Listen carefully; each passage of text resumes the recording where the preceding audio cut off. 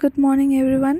তো এটা আমার নতুন ব্লগ, অনেক দিন পর ব্লগ করছি। আর আমরা যাব আজকে ঘুরতে। আর যেখানে ঘুরতে যাবো সেটা প্রায় সকলেরই খুবই প্রিয় জায়গা। তো তোমরা দেখো আমরা কোথায় যাচ্ছি। আর এই ব্লগটা আমার কাছে অনেক মেমোরিজ হিসেবে থেকে যাবে, সেজন্যই করা। তো আমরা বেরিয়ে পড়লাম। আর দেখো এটা আমাদের যেখানে ছিলাম আর কি, দিদিভাইদের ঘরের চারদিকটা খুব সুন্দর ছিল। যে মাও বেরিয়ে পড়লো, তারপরে আমরা দুজন এখন আস্তে ধীরে হেঁটে হেঁটে যাব আমাদের যেখানে গাড়ি দাঁড়িয়ে আছে ওইখানে। তো এখানে আমরা রাস্তা দিয়ে যাচ্ছিলাম আর দেখছিলাম যে সূর্যটা দেখো, সকাল মাত্র তখন 6টা বাজে হয়, তখন আমি বেরিয়েছি না, এত সুন্দর লাগছে। মা এখানে করে নিচ্ছে ঠাকুর প্রণাম, কারণ কি কোনো জায়গায় বের হওয়ার আগে ঠাকুর প্রণাম করাটা একদম ম্যান্ডেটরি। তো চলো এখন আমরা যাই।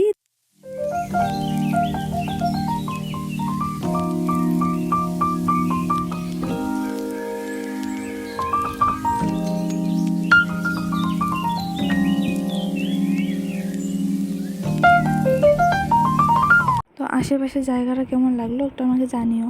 তো দেখো মা কত দূরে হাঁটছে আর আমি একটু আগে আগে হাঁটছিলাম আর দেখছিলাম যে নিজেকে ঠিক আছে কিনা সব কিছু।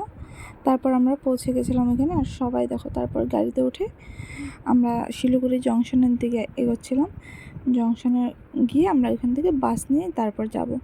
তো এখানে এসে গেছি। আর একটা বাস ছেড়েছিল 7:30 আই থিঙ্ক ওরকম টাইমে। আর তারপর আমাদের বাস ছিল 8টা। তারপর আমরা চলতে চলতে যাচ্ছিলাম পাহাড়ের উদ্দেশ্যে। আর পাহাড়ের উদ্দেশ্যে যাওয়া মানে তো ভিউ দেখা।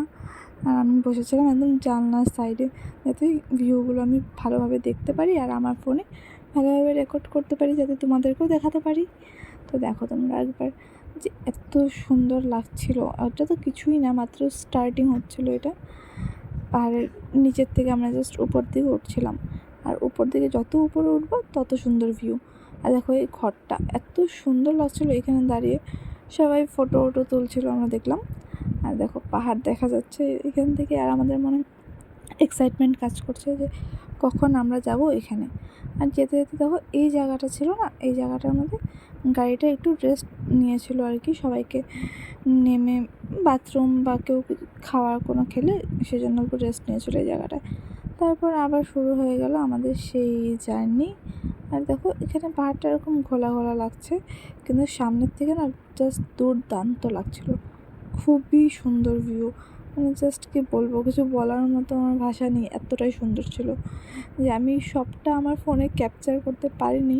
আর যতটুকু পেরেছি ক্যাপচার করতে, অতটুকু ধরো আমার মানে যেটা আমি আমার সামনে থেকে আমি ফিল করছিলাম, সেই জিনিসটা ফোনে হয়তো ক্যাপচার হয়নি। কিন্তু সত্যি সামনে থেকে জাস্ট দুর্দান্ত লাগছিলো, এত সুন্দর ভিউ, মানে জাস্ট অসাম। তারপর আমরা সেভাবেই দেখে দেখে যাচ্ছিলাম আর ভাবছিলাম যে কখন গিয়ে পৌঁছাবো আমাদের ডেস্টিনেশনে। আর আমাদের ডেস্টিনেশনটা কি সেটা আমি পরে বলছি তোমাদের, তোমরা দেখতে থাকো।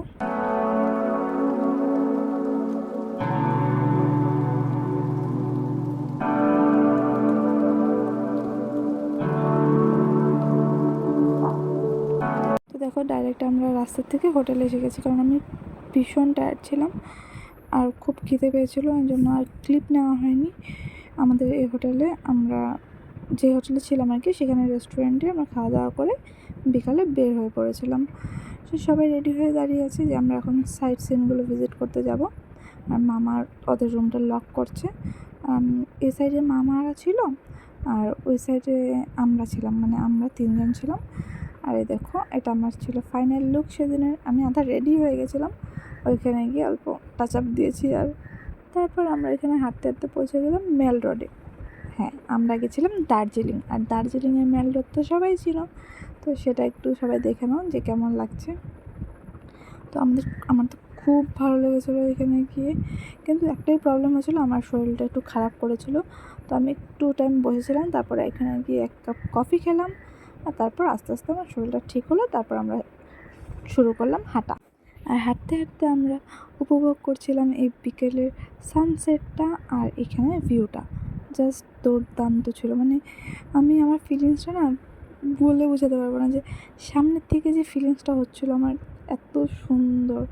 পাহাড় মানেই সুন্দর, আর সেই সৌন্দর্যটা উপভোগ করার জন্যই আমরা গেছিলাম এত দূর ছুটে, এতটা জার্নি করে আমরা সেখানে গেছিলাম। আর সত্যিই আমাদের যে এত টাইমের জার্নিটা জাস্ট এগুলো দেখে সার্থক হয়ে গেছে। খুব ভালো লেগেছিলো আমাদের সেখানে ঘুরে। আর দেখো আমরা এখানে হাঁটছিলাম, মা আর আগে যাচ্ছিলো দিদি আর জিজু। তারপর আমরা সেখানে ভাবলাম যে কী খাওয়া যায়, আর কিনে নিলাম আমরা মোমো। দার্জিলিং যাবো আর মোমো খাবো না, সেটা কি হতে পারে? সেখানে একটা মেলা হচ্ছিলো, আর সেই মেলার থেকেই কিনেছিলাম আমরা এই মোমোটা, আর টুকটাক কিছু কেনাকাটি করেছিলাম আমরা এখানে। আর এই মেলাটাতে না, ওই দেখো সরস্বতী ঠাকুরটা ঠিক এখান থেকে বোঝা যাচ্ছে না, কিন্তু খুব সুন্দর একটা সরস্বতী ঠাকুর ছিল, যেটা দেখে আমাদের খুব ভালো লেগেছিলো। আর আমরা সবাই ওইখানে ফটো তুলেছিলাম।